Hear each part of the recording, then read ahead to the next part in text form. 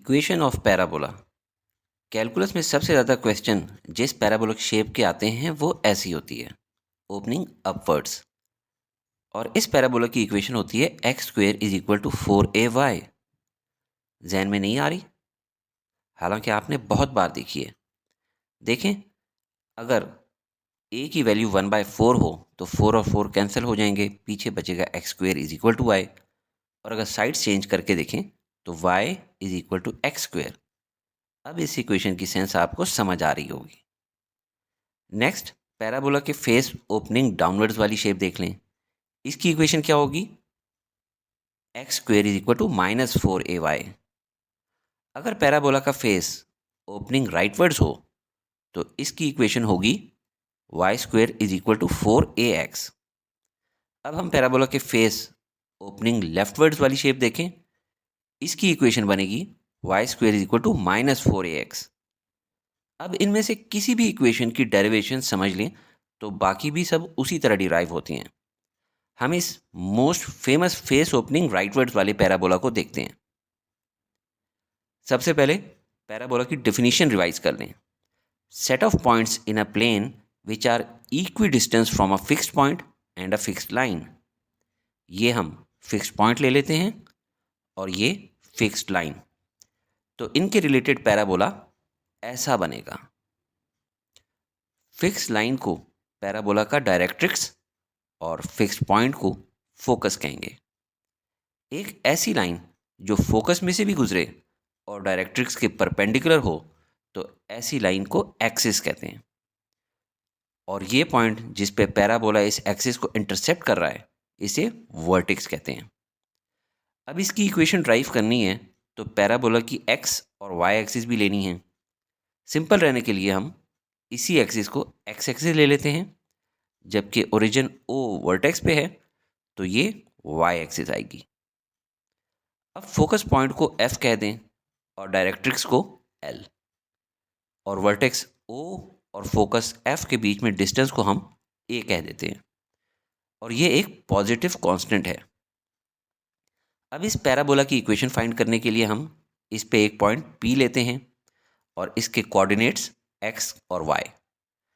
और ये point P क्योंकि पैराबोला के ऊपर है तो बाय डेफिनेशन ऑफ पैराबोला हम जानते हैं कि इसका फोकस से डिस्टेंस इसके डायरेक्ट्रिक्स तक के डिस्टेंस के इक्वल है।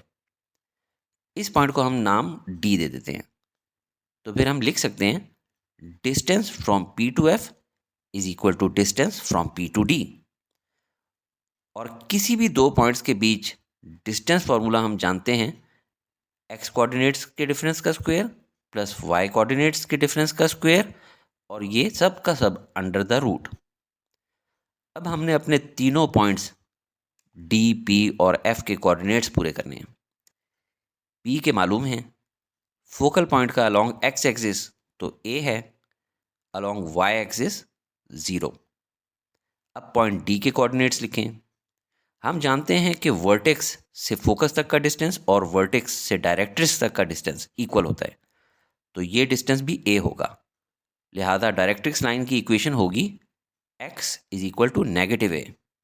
इससे पता चला कि पॉइंट डी का x कोऑर्डिनेट होगा नेगेटिव ए, जबकि पॉइंट डी की हाइट और पॉइंट पी की हाइट इक्वल है।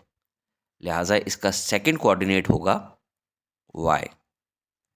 अब हम distance between p and f और distance between p and d निकाल सकते हैं। डिस्टेंस p टू f होगा x minus a whole square plus y minus 0 whole square, और ये सब under the root. Distance p to d होगा x minus minus a whole square plus y minus y whole square, और ये सब under the root. अब इस equation को सॉल्व करने से हमारे पास इस पैराबोला की इक्वेशन आ जाएगी। सबसे पहले दोनों साइड्स का होल स्क्वायर लें तो स्क्वायर रूट आपस में कट जाएंगे, पीछे बचेगा x minus a whole square plus y square is equal to x plus a whole square plus 0 square, जो कि जाहिर है कि नहीं लिखेंगे। अब होल स्क्वायर्स वाली टर्म को भी ओपन कर लें तो ये a minus b whole square का फॉर्मूला है, बनेगा x square minus 2ax plus a square और plus y square as it is. Right side पे x plus a whole square ये a plus b whole square के फॉर्मूले की तरह ओपन होगा, तो ये बनेगा x square plus 2ax plus a square. X square दोनों साइड पे है, कैंसिल हो जाएगा। ए स्क्वायर भी दोनों साइड्स पे है, वो भी कैंसिल हो जाएगा। पीछे बच गया ये।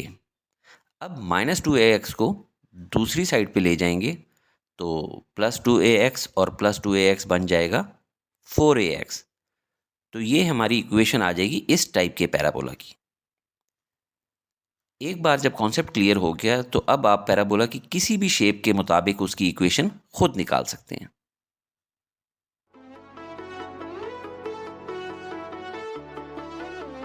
Study with me, a learning experience.